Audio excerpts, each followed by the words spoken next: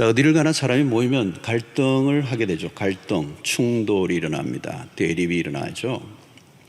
자, 왜 충돌이 일어납니까? 다르기 때문이죠. 다르기 때문이다. 생각이 다르고 관점이 다르고 해석이 다르고. 젊은 남녀가 그렇게 사랑하고 죽기 살기로 사랑했던 그 젊은 남녀가 결혼하고 얼마 안 돼서 힘들어하는 거죠. 살아온 삶의 그 배경들 25년 30년 동안 전혀 다른 문화 또 집안에서 살아왔던 그 배경들이 있잖아요. 성격의 차이도 있고 또 성의 차이도 있잖아요. 남자 여자의 차이, 이거 큰 것이죠. 이런 삶의 습관도 다르고, 그러니까 위기가 옵니다. 요즘은 아주 짧은 시간 안에 헤어지는 가정들도 많아졌습니다. 특별히 옛날에는 자녀들이 많았는데 요즘은 한 명, 두 명만 키우는 환경 속에 자라는 젊은이들이 어떻게 보면 본인의 개성이 충분히 존중되는 환경 속에 자랐기 때문에 자기의 주장을 쉽사리 굽히기 싫어하는 이런 남녀들이 모여서 살면 이제 갈등이 일어나게 되죠. 자, 그런데 우리가 이 갈등과 다툼이 일어날 때 비본질적인 문제로 많이 다투게 됩니다. 정말 전쟁도 그렇고요, 우리의 가정의 전쟁도 본질적인 문제로 그렇게 싸우는 일들이 많지가 않아요. 부부 싸움도 여러분들 이렇게 이라크 전쟁 때문에 이라크 전쟁을 논하다가 부부 싸움하는 일들이 별로 없죠. 국이 싱겁네 짜네 그러다가 한판 하는 거 아니에요. 결혼을 준비하는 가정들도 보니까 이 혼수 문제로 깨지는 경우가 요즘 많더라고요. 사실 본질은 아니죠. 혼수는 하나의 부수적인 문제인데 결혼의 핵심은 본질은 사랑이겠죠. 근데 본질은 상관하지 않고 비본질적인 문제를 가지고 다투다가 결국 깨지는 경우가 있습니다. 자, 오늘 예수님과 그 당시 유대주의자들의 부딪힘이 지금은 이제 계속 일어나는 장면을 우리가 보게 됩니다. 당시 유대주의, 또 조금 좁혀 말하면 바리새인들과 예수님, 그 당시의 종교적인 체제, 종교적인 지도자들과 예수님이 이제 충돌을 하는 장면이 나옵니다. 그래서 오늘 이번 주와 다음 주까지 이 본문을 가지고 2주에 걸쳐서 살펴보는데 굉장히 중요한 주제들을 다루고 있습니다. 자, 오늘 여기에 싸움의 출발은 금식 문제입니다. 금식하는 문제, 파스팅이죠. 18절을 보면 요한의 제자들과 바리새인들이 금식하고 있는지라. 사람들이 예수께 와서 말하되 요한의 제자들과 바리새인의 제자들은 금식하는데 어찌하여 당신의 제자들은 금식하지 아니하나이까? 이렇게 질문을 합니다. 이 질문이지만 사실은 시비예요. 시비를 거는 겁니다. 의도적이죠. 예수님은 이미 이제 예수님의 활동이 공개화되면서 많은 사람들이 이목을 집중시키고 그러면서 적들이 생겼습니다. 그리고 예수님에게 어떤 공격의 빌미를 찾고 있던 때에 지금 이 시비를 걸고 있습니다. 겉으로는 예수의 제자들이 왜 금식하지 않습니까에 대한 공격이지만 예수에 대한 공격이죠. 당신이 어떻게 가르쳤길래 제자들이 저 모양입니까? 이런 거 아니겠습니까? 당신은 늘 보니까 먹는 거 좋아하고 그러더니 제자들도 금식하지도 않고 그러네요. 이렇게 질문하는 것입니다. 이 질문에는 당신이 스승의 자격이 있는가? 이렇게 질문입니다. 우리들은 금식하는데 너희들은 왜 안 하냐? 왜 안 하냐? 이 전형적인 시비예요. 여러분, 시비를 잘 거는 사람들의 특징은 자신의 일에 충실하지 않다는 것입니다. 자신의 삶에 성실한 사람들은 다른 사람의 일에 간섭할 겨를이 별로 없어요. 여러분, 다른 사람들에게 약점을 찾아내는 사람들은 자신에게 무슨 문제가 있는지를 잘 몰라요. 금식하는 건 좋습니다. 열심히, 그죠? 종교적 열심을 다하는 것은 필요하죠. 근데 문제는 뭡니까? 이것이 자기의 의가 되어 있다는 거예요. 자기 의. 종교적 우월의식. 이 바리새인들이 금식을 통해서 특권의식을 가졌습니다. 이 특권의식을 가지면 자연스럽게 따라오는 게 뭘까요? 그러지 않은 사람들에 대한 판단입니다. 정죄하는 것이죠. 자, 처음부터 그러지는 않았을 겁니다. 세월이 흐르면서 언제나 변질되는 게 문제입니다. 본래 금식은 1년에 한 번 있는 대속죄일에 했습니다. 1년에 딱 한 번. 그런데 예수님 시대에 와서는 바리새인들이 일주일에 2번씩이나 하는 거죠. 탁월한 종교적 결심입니다. 이 자체는 나쁠 게 없어요. 그런데 문제는 자신들이 열심으로 다른 사람들에게 시비를 걸고 있는 게 문제입니다. 유명한 성 프란시스의 이야기입니다. 그가 제자들과 함께 금식을 하는데 어떤 제자 하나가 좀 잘난 체 하기 위해서 한 것 같아요. 금식도 좀 멋있게 하려고 죽을 한 그릇 다 앞에 두고 금식을 하는 거예요. 죽 냄새가 살살 올라오는데도 나는 이 죽 앞에서도 난 시험 들지 않고 나는 금식한다. 좀 잘 참아낸다. 이제 이런 걸 좀 보여주고 싶은, 금식도 좀 더 유별나게 하는, 좀 우울감을 느끼는 거. 근데 어느 날 함께 금식을 하는 제자가 그 죽을 그냥 먹어버렸어요. 여러분, 그럴 때 분위기 어떻겠습니까?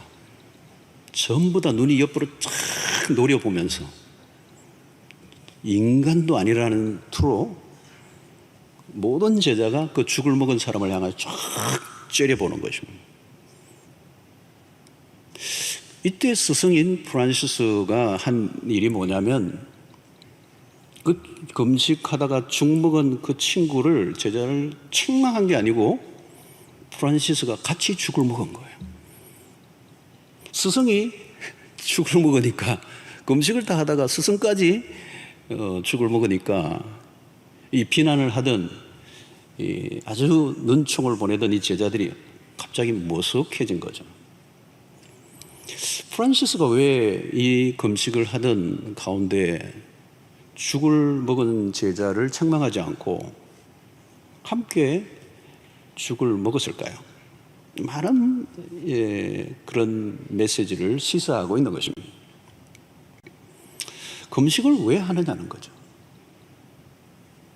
금식을 통해서 자신의 연약함을 들여다보기보다 다른 사람들의 약점에 더 눈이 밝아진다면 도대체 그 금식은 무슨 의미가 있느냐는, 금식을 함으로 좀 더 너그러워지고 사람이, 금식을 함으로 더 포용력이 생기고, 금식을 함으로 오히려 자기의 그 죄를 발견하고 자기 안의 연약함을 더 깊이 통찰하고 회개해야 그게 맞는데, 실수한 형제에 대해서 굉장히 비난의 화살을 보내고 판단하고 정죄한다면 그 금식 잘못한 거라는 거예요.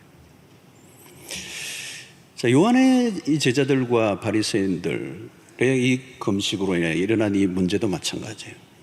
지금 왜 당신의 제자들은 금식하지 않습니까? 라는 이 부분에는 금식으로 인한 우월의식이 있는 거예요.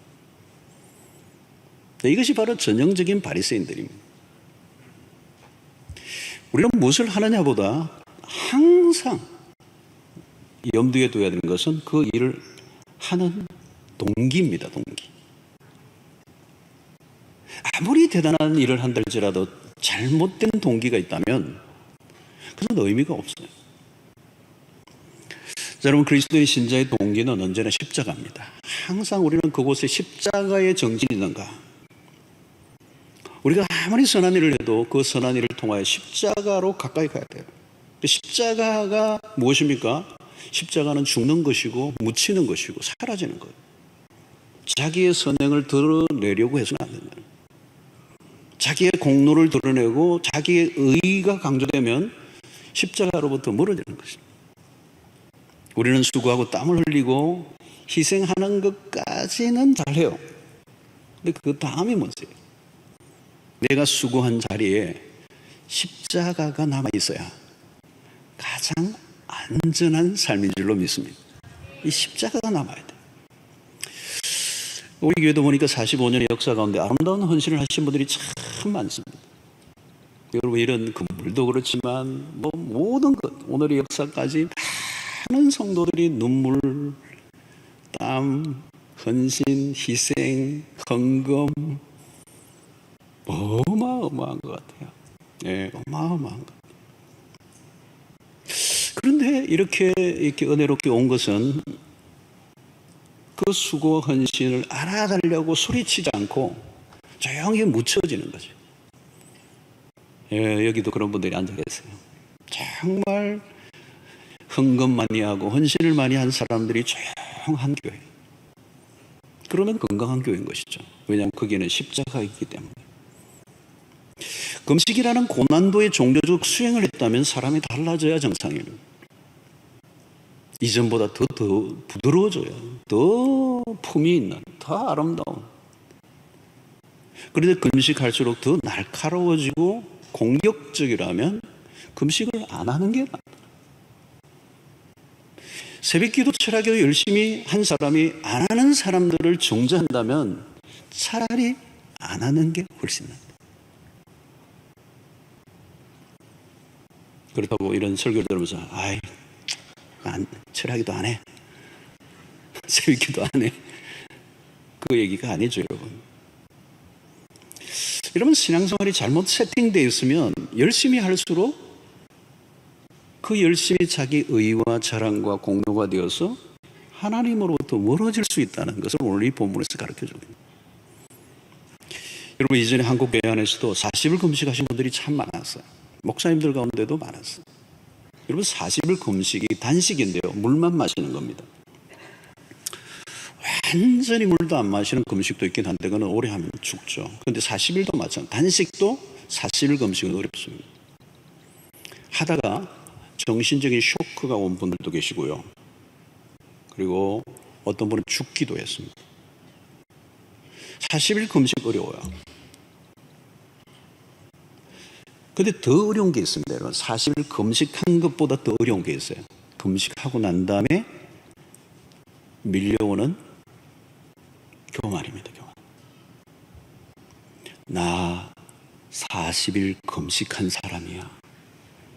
말은 안 해요. 말은 안 해요. 근데 어떤 분은 또 그 명함도 갖고 다니는 분 계세요. 40일 금식 3회. 그 명함에 그거 쓰고 다니는 분들도 계시긴 해요. 그런 분 말고, 그런 분은 대놓고 하니까 오히려 귀여워요. 40일 금식한 사람이 있으면 나와봐라 그래. 여러분, 엉간히 밀고 오는 이 교만요, 무서운 거예요. 그러면 이미 40일 금식은 아무 의미가 없어져요.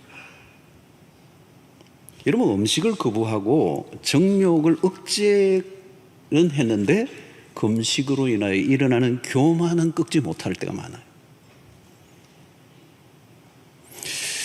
주님에게도 40일 금식 이후에 마귀가 달려듭니다. 내가 하나님의 아들이었던 이 돌들이 떡이 되게 하라. 성전 꼭대기에서 뛰어내리라. 센세이션을 일으키라. 만약 마귀의 얘기를 다 들었다면 예수님은 십자가의 길을 걸어갈 수가 없었을 것입니다. 여러분, 교만해지는 순간이죠. 40일이 아니라 100일을 해도 교만이 찾아오면 끝입니다. 아무 소용이 없어요. 오히려 십자가의 반대길로 가는 것입니다. 자, 우리가 열심을 내야 돼요. 그죠? 근데 이 열심을 잘못 내면 자기 자신을 극대화시키는 겁니다. 하나님이 극대화되어야 되는데 자기의 행위가 극대화되면 사람이 사나워져요. 거칠어져요. 사람들을 판단하고 정죄하고 죽이는 일을 합니다. 신앙적 노력은 언제나 해야 합니다. 그런데 중요한 것은 그 행위를 통한 결과, 열매입니다. 금식을 할수록 형제에 대한 용납으로 나타나야 된다. 아까 프란시스의 얘기가 바로 그것입니다. 금식을 했는데 교만하고 다른 사람을 무시하고 우습게 본다면 꽝이라는 꽝이에요. 아무 일도 아니라는 거. 아무 일도 아니라는 거. 육체의 일이라는 육체. 금식이라고 하는 가장 거룩한 행위처럼 보이지만 사실은 육체의 일이 되고 만다. 성도 여러분, 신앙이 깊어진다는 것은 무엇을 의미합니까? 내가 얼마나 열심히 하느냐가 아니라 내 삶을 통하여 그리스도가 얼마나 드러나느냐.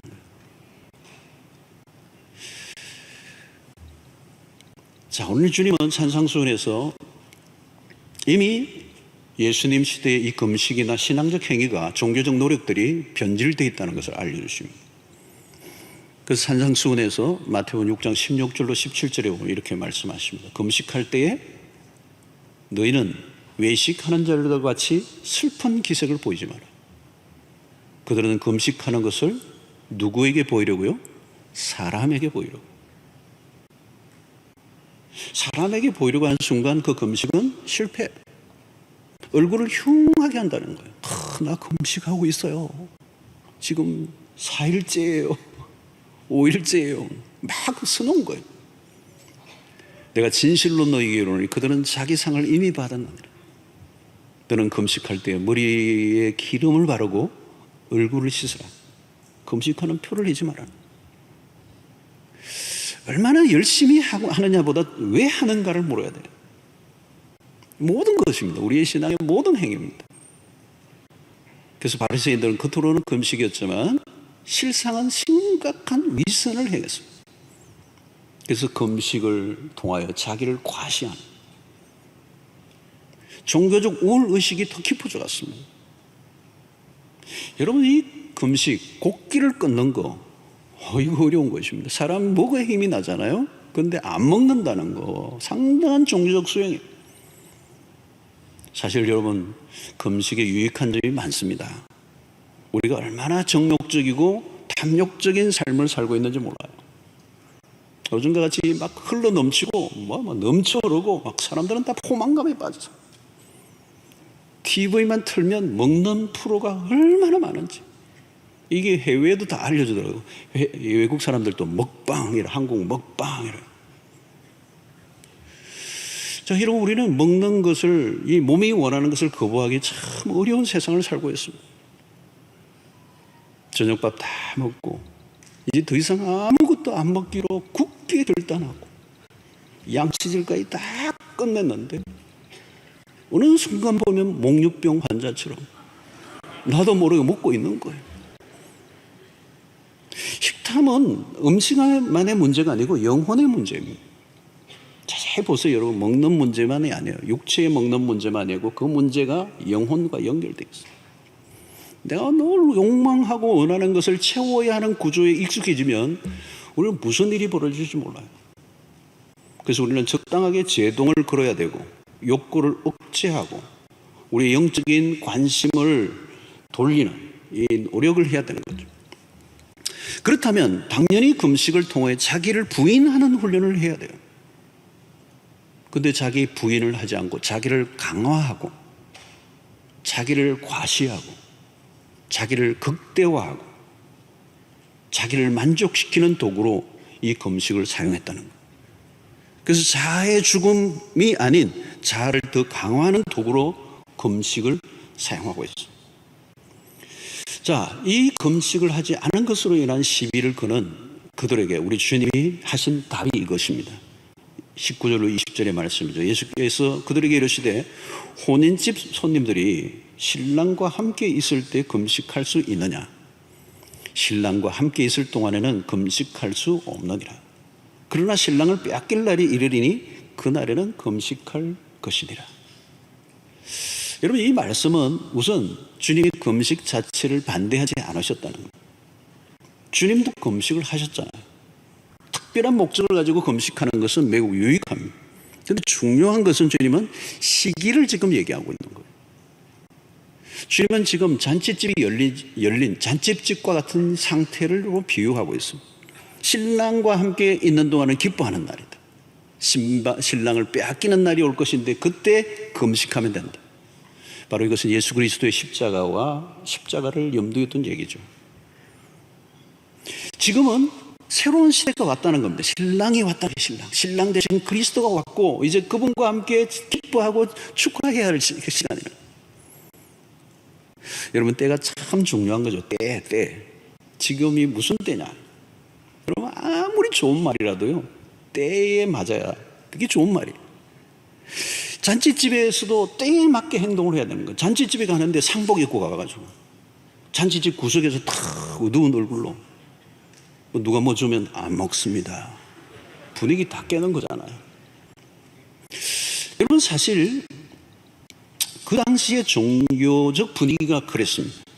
율법의 강요로 백성들은 기쁨이 없었어요. 장례식과 같았습니다.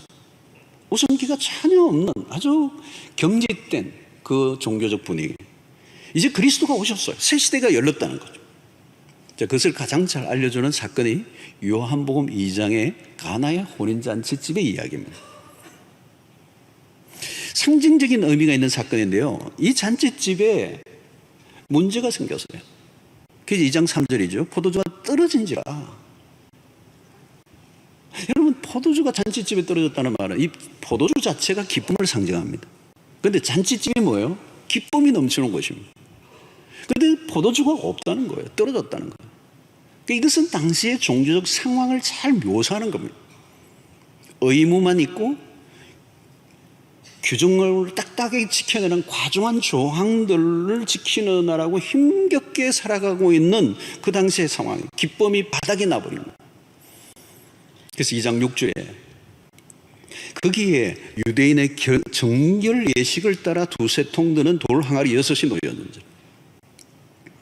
이 정결 예식, 유대 종교의 핵심 가운데 하나예요. 정결 예식을 행하는. 이 돌 항아리 6, 이게 유대교를 상징하는 모습이에요. 그런데 아무런 거기에 기쁨을 줄 수가 없어요. 포도주는 다 떨어졌는데 예수님이 그 돌 항아리에 있는 물을 포도주 되게 하십니다. 잔치집을 다시 기쁨으로 출렁이게 만들었던 사건입니다. 예수 그리스도가 오심으로 새로운 시대가 왔는데 그 특징은 뭐냐면 기쁨의 회복이라는 거예요. 어둡지 않다는 겁니다. 하나님의 나라가 도래했어요. 답답하고 어두웠던 시대를 걷어내고 신랑 되신 그리스도가 오실 때 모든 영역에 회복이 일어나고 밝아지고 활기가 생기고 에너지가 넘치고 그 어두움이 싹 사라져버리는. 사랑하는 성도 여러분, 그리스도를 참으로 모시면 분위기가 바뀌어요. 밝아져요. 여러분, 신자의 진짜 신앙의 특징이 뭐냐면 밝아야 돼요. 요즘 우리가 이 마스크를 쓰고 오니까 이게 참 밝지는 않아요. 이 마스크를 쓰고 있으니까 얼굴을 우리가 표현을 못하니까, 그죠? 표현을 눈으로만 하니까. 그러나 우리의 마음은 밝을 줄로 믿습니다. 여러분, 찬양이 넘치고 신약의 교회는 사도행전 2장에도 마찬가지예요. 굉장히 기쁨이 넘치는. 그리스도가 우리의 내면에 깊이 찾아오면 우리의 절망의 모든 상황을 다 걷어내고 부활의 소망으로 충만하게 하는. 그래서 바울은 하나님의 나라가 어떤 것인가, 로마서 14장 17절, 하나님의 나라는 먹는 것과 마시는 것이 아니고 오직 성령 안에서 의와 평강과 희락이라 그랬어요. 여러분, 당신의 유대교의 모습은 어두웠어요. 어두울 수밖에 없는 이유가 뭐냐면 종교적 열심으로 경쟁적 수행, 비교, 그리고 판단 정죄, 그 율법의 무거운 짐을 짓눌러서 백성들이 힘겹게 억지로 할 수 없이 율법의 조항들을 지켜내려고 합니다. 그러나 그리스도가 오신 후에는 우리의 힘과 노력이 아니라 오직 주의 은혜로,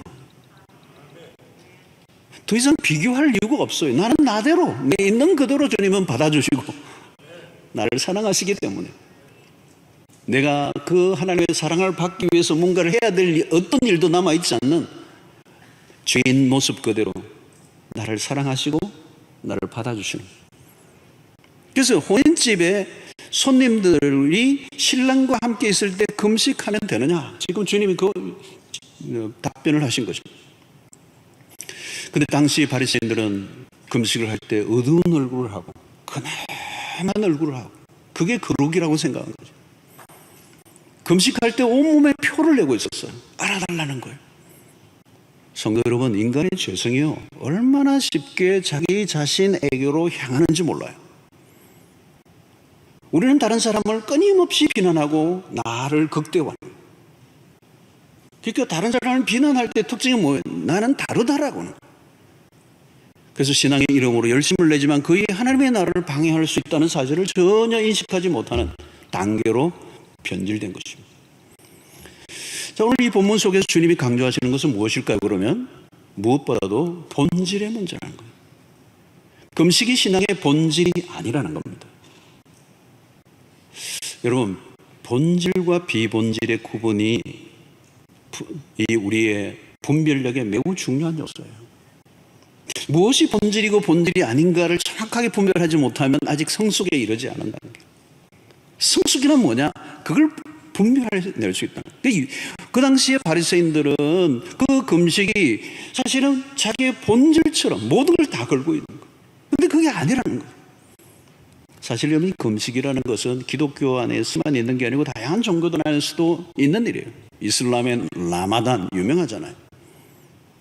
힌두교나 불교에서도 딱 금식을 해요. 금식이 기독교의 핵심적인 주제가 아닙니다. 서신서로 가면 금식은 거의 언급이 없어요, 사실은. 비본질과 본질이 혼란스러워지면 우리의 삶이 복잡해지는 거예요. 자, 여름에 이 여름절기에 성가대원들이 가운을 입느냐 벗느냐, 예를 들면 하나의 예를 들면, 자, 이건 본질일까요? 비본질일까요? 오늘 안 입으셨네요. 예. 이 비본질이죠. 자, 비본질이라는 말은 뭘까요? 입을 수도 있고 벗을 수도 있는 겁니다. 그래서 선택의 문제예요. 진리의 문제가 아니라는 거죠. 자, 그런데 성가대원들이 그냥 옷을 안 입는 것으로는 안 되니까 의논을 한대요. 논쟁이 벌어졌다고 생각해 봅시다. 근데 어떤 사람은 입어야 될 이유에 대해서 막 논리정연하게 설명해요. 그분의 얘기가 너무 압도적으로 강해가지고 전부 다 벙벙벙 해가지고 입기로 했어요. 그러나 여러분, 논리로는 내가 밀렸지만 더 그 얘기를 진전해가지고 싸우게 되는 것보다는 그분의 주장을 받아들이는 것으로 선택한 것은 평화를 더 원한 거예요. 왜? 그것은 본질이 아니기 때문에. 그래서 이게 이기고 지고의 문제가 아니라 누가 양보하느냐. 사실은 양보하는 쪽이 훨씬 더 비진리를 기꺼이 양보하는 쪽이 더 성숙하다고 볼 수 있어요. 그것을 통하여 본질인 것처럼 막 투쟁하고 반드시 입어내리라 이러고, 안 입는 사람을 이단으로 취급한다면 그건 비본질의 생명을 거는 것이죠. 그런 사람이 있다면 양보해 줘야 돼요. 왜? 그분은 그것들을 뭘 걸고 있기 때문에. 사랑하는 성도 여러분, 예수님은 금식을 부정하지 않으셨어요. 예수님의 제자들도 금식을 했을 것으로 보입니다. 단지 바리새인들과 같이 금식을 하지 않았을 뿐이에요. 바리새인들은 왜 금식을 하고 있는지를 사실 몰랐던 겁니다. 전통을 따라 익숙하게 반복하다 보면 왜 하는지를 몰랐어요. 금식 자체가 본질은 아닙니다. 해도 되고 안 해도 되는. 그런데 그들은 절대적인 문제로 붙잡고 거기에 모든 에너지를 다 쏟고 말았습니다. 중요한 것은 금식이라는 행위 자체보다 금식을 하는 목적입니다. 내가 왜 이 금식을 하고 있는가. 저도 금식을 옛날에 여러 번 이렇게 할 때마다 경험했던 게 뭐냐면, 분명한 목적을 가지고 있지 않은 상태에서 금식을 위한 금식을 할 때는 너무 힘들어요. 너무 힘들어서 못하겠어요. 이게 분명한 목적을 가지고 기도하면 괜찮은데, 그렇지 않을 때는 그냥 기계적 수행을 하는 거죠. 내가 금식을 한번 해 보았다라고 하는. 이 바리새인들은 그 당시 율법을 열심히 지키고자 했습니다. 그런데 과했던 거죠, 여러분. 그 당시 바리새인들의 문제는 뭐냐면, 얼마나 열심히였으면 하나님이 시키지도 않은 일까지 하는 거예요. 하나님이 시키지도 않은 것까지도 세칙을 만들어서 복잡하게 섬기다 보니 결국은 본래의 목적에서 벗어나고 말았습니다. 성도 여러분, 우리의 신앙에도 이런 일들이 많이 일어납니다. 나는 하나님을 위해서 열심히 합니다. 거기까지는 좋아요. 기도도 열심히 하고 봉사도 열심히 하고 선교도 열심히 하고 전도도 열심히 하고 다 좋아요. 그런데 그 다음이 문제라는 거예요. 언제나 열심히 한 그 열심히 문제를 일으킵니다. 여러분, 내가 무엇인가를 열심히 하다 보면 나도 모르게 그것이 의의가 되는 것입니다. 자랑이 되는 것입니다. 그리고 다른 사람을 기죽이고 판단하고 정죄하는 쪽으로 흐르게 된다는 것입니다. 열심히 할수록 다른 사람과 차별화하려고 하는 위험이 늘 도사리고 있어요. 사람이요, 무엇인가를 하면요, 좋은 일을 하면 되는데 티를 내요, 티. 여러분, 메모하는 사람, 메모를 좀 하고 계시면 칼로 치고 티를 내지 말자, 이렇게 꼭 써놨어요. 티를 잘 내요, 티를 잘 내요. 뭔가 티를 내고 싶은 거. 여러분, 요한의 제자, 이 바리새인들은 금식을 무기로 지금 사용하고 있어요. 티만 내는 게 아니라 우리는 하는데 너희들은 왜 안 하느냐. 남들보다 나에게 무엇인가 낫다고 하는 생각이 들면 위험한 생각이에요. 그러면 영의 일이 육의 일로 마치게 됩니다. 문제는 무엇입니까? 자신의 영혼보다 다른 사람의 행위에 더 관심을 가지는 태도예요. 어떤 사람은 한국교회를 너무 걱정하는 분들이 있어요. 한국교회 너무 걱정하지 마시고요, 나를 걱정해야 돼요. 나를. 더 중요한 것은 다른 사람의 신앙을 막 판단하기 전에 선호가 바뀌면 안 돼요. 다른 사람도 걱정하고 나라도 걱정하고 한국교회도 걱정하는데 중요한 것은 가장 먼저 걱정해야 될 대상은 자기 자신이어야 돼요. 문제가 생기면 어디든지, 여러분 가정에서도 마찬가지, 문제가 생기면 자기 자신을 먼저 돌아봐야 돼요. 근데 눈이 우리는 찢어져요. 이 인간 때문에 우리 가정이 엉망이다. 저런 인간 때문에 이 나라가 이렇다.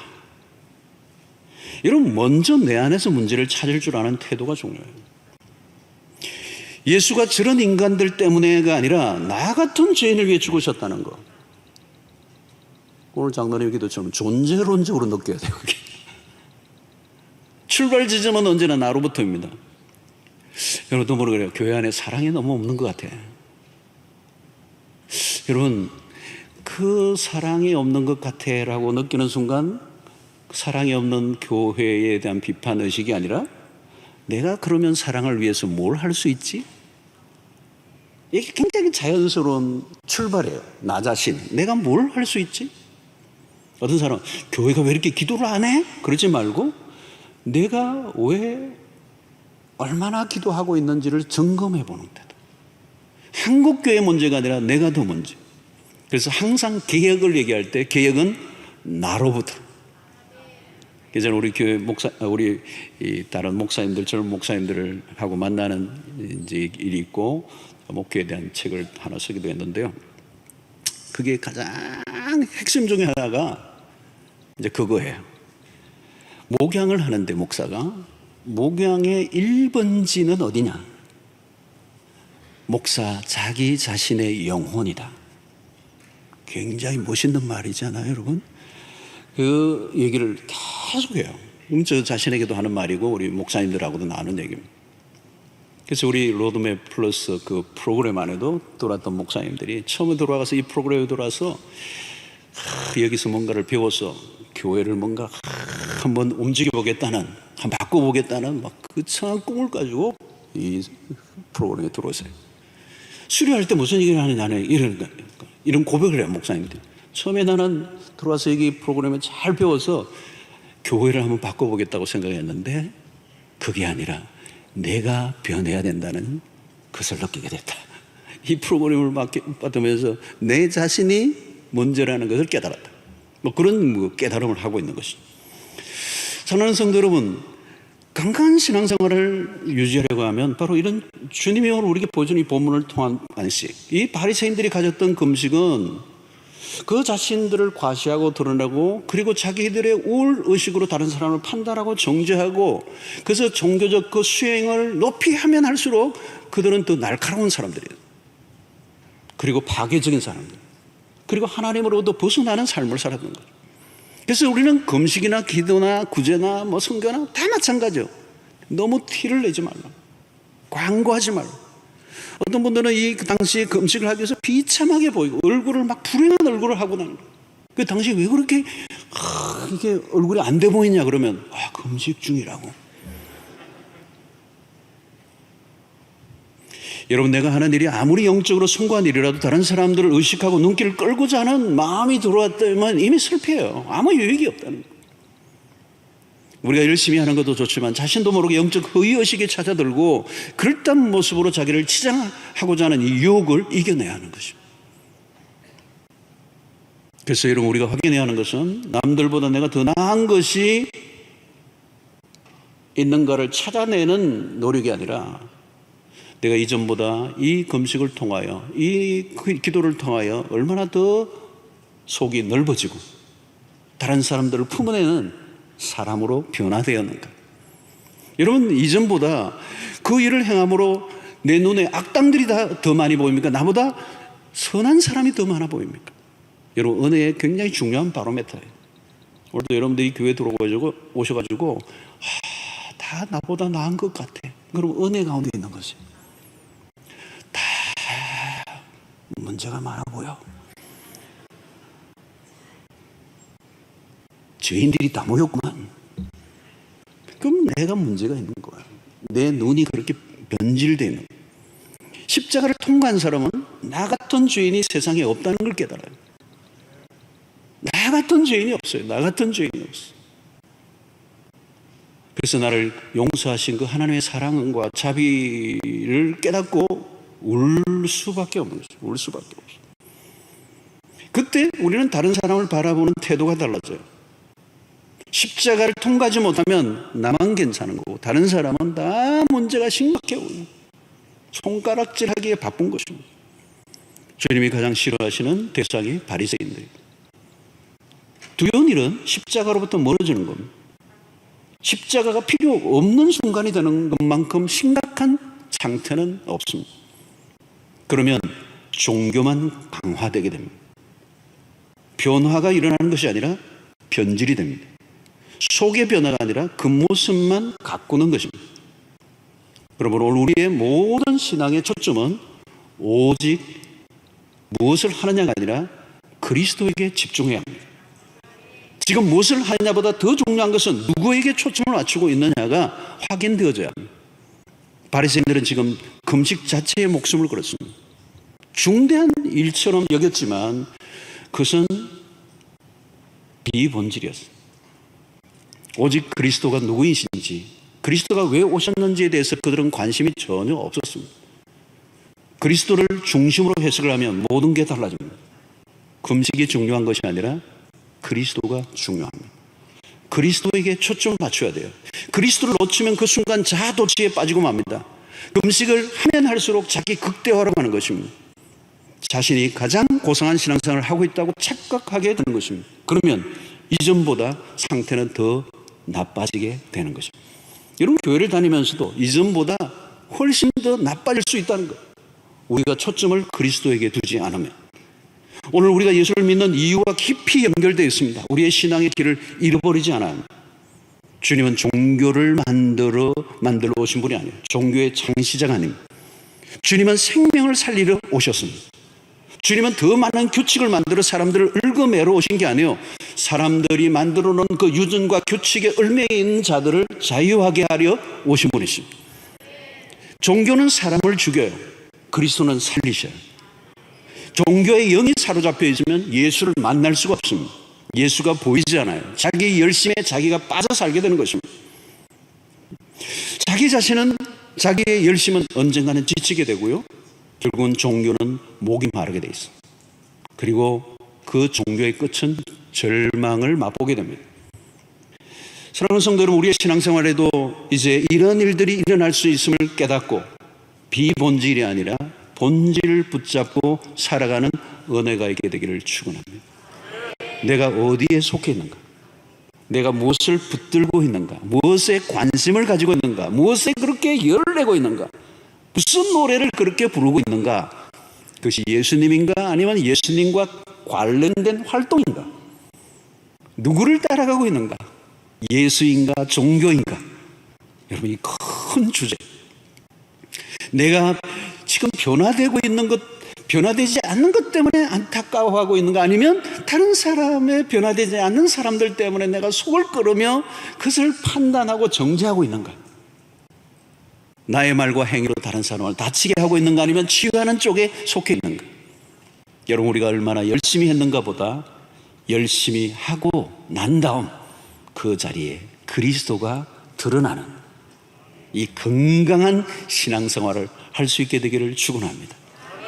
무엇을 하든지 그것이 나의 자랑이 아니라 그리스도의 형상이 뚜렷하게 드러나는 삶을 살아가는 여러분들 되시기를 축원합니다. 내 의가 아니에요, 내 자랑이 아니에요, 내 공로가 아니에요, 내 이름이 아니에요. 나의 어떤 것들을 쌓아가면 그건 다 없어지는 것입니다. 오늘 바리새인들은 금식이며 기도며 구제며 많은 것들을 사람에게 드러내며 자기를 과시하는 이 종교적 활동에 지쳐 백성들을 얽어매고 자유롭지 못하게 하고 더 힘들게 하고 압박하고 기쁨을 빼앗아가는, 그러나 그리스도에게로 가면 그리스도는 우리를 자유하게 하고 우리를 평안하게 하고 기쁨이 넘치게 하고 우리를 더욱더 하나님의 백성답게 변화되게 하시는 은혜가 있을 줄로 믿습니다. 그런데 큰 주제입니다. 변질인가 변화인가? 한 주간 동안 여러분들의 삶에 그리스도로 인하여 점점 더 변화되어져가는 역사가 있게 되기를 주의 이름으로 축원합니다. 하나님 아버지, 오늘 또 우리에게 주신 말씀을 통하여 우리의 초점, 우리의 신앙의 방향이 무엇인지를 다시 한번 확인하게 하여 주시옵시고, 우리의 어떤 행위로 사람들을 판단하고 정죄하고 나 자신을 우울에 빠져 하나님으로부터 십자가로부터 멀어지는 신앙생활이 되지 않게 하여 주시고, 오직 우리의 삶을 통하여 그리스도와 그리스도의 십자가만 드러나는 삶을 살아가는 저희들 되게 하여 주시옵소서. 예수님의 이름으로 기도하옵나이다. 아멘.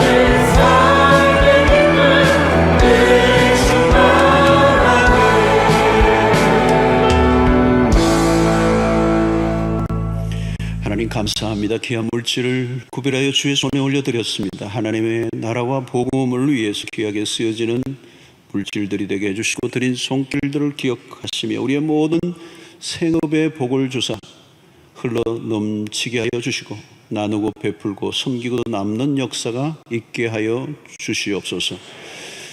힘든 때를 지나고 있습니다. 쉽지 않은 우리의 삶의 여건 속에서 우리의 육 안으로만 보면 절망할 수밖에 없는 일들이 많지만 우리의 영 안을 열어주사 우리를 둘러싼 하나님의 군대를 보게 하시고 하나님의 그 살아계심의 역사를 보는 영안이 열려지게 하여 주시옵소서.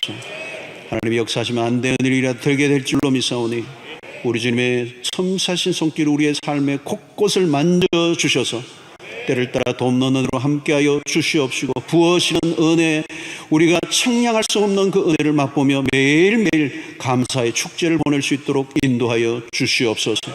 힘들 때나 또 모든 것이 형통할 때나 여전히 하나님은 살아계시고 우리의 아버지가 되심을 믿고 주님을 향하여 우리의 시선을 놓치지 않는 저희들 되게 하여 주시옵소서.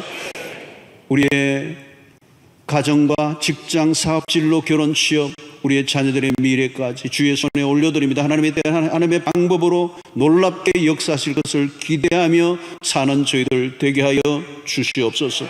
병중에 있는 성도들 특별히 어루만져 주시고 육체의 질병에서 노임을 받게 하여 주시고 정신적인 모든 우울함과 불면증과 공황장애와 모든 불안 정세가 다 사라지게 하여 주시옵시고 기쁨이 넘치게 하여 주시옵소서. 오늘도 하나님 아버지 주의 교회를 위해 수고하는 일꾼들에게 복 주시기를 원하오며 이제 흩어져 세상으로 나가는 주의 백성들의 발걸음을 인도하시고 한 주간 동안 우리의 모든 삶의 전 영역을 주님이 지켜주시고 주의 권능의 팔 아래 있게 하여 주셔서 모든 것이 감사요 모든 것이 기쁨이요 모든 것이 승리가 되게 하여 주시옵소서. 예수님의 이름으로 기도하옵나이다. 아멘. 이제는 우리 주 예수 그리스도의 놀라우신 은혜와 하나님의 크신 사랑과 성령의 교통하심이 이제 우리의 삶을 둘러싼 본질적인 우리의 신앙에 힘을 기울이며 오직 우리의 삶을 통하여 오직 그리스도만 드러내기로 결단하고 돌아가는 주의 백성들 머리 위에 지금부터 영원토록 함께 있을지어다. 아멘.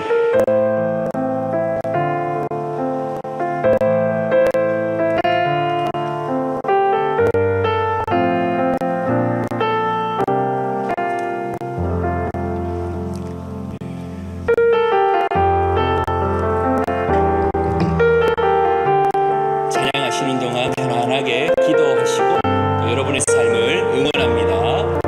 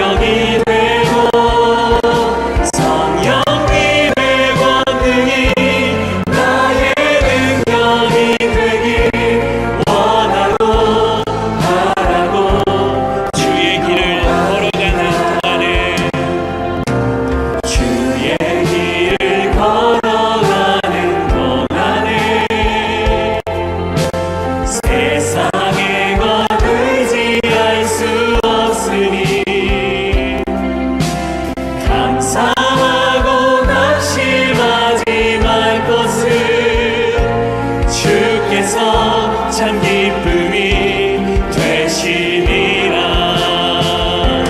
하나님의 꿈이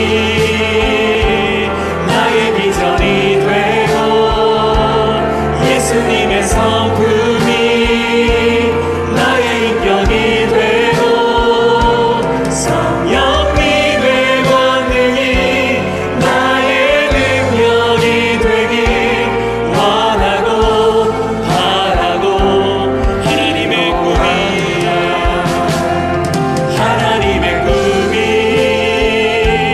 나의 비전이 되고 예수님의 성품이 나의 인격이 되고 성령님의 권능이 나의 능력이 되길 원하고 바라고. 마지막으로 고백합니다. 하나님의 꿈이 나의 비전이 되고 예수님의 성품이 나의 인격이 되고 성령님의 권능이 나의 능력이 되길 원하고 바라고 기도. 하나님의 꿈이 나의 비전이 되고 예수님의 성품이 나의 인격이 되고 성령님의 권능이 나의 능력이 되길 원하고 바라고 기도합니다. 여러분의 삶을 응원합니다. 수고하셨습니다.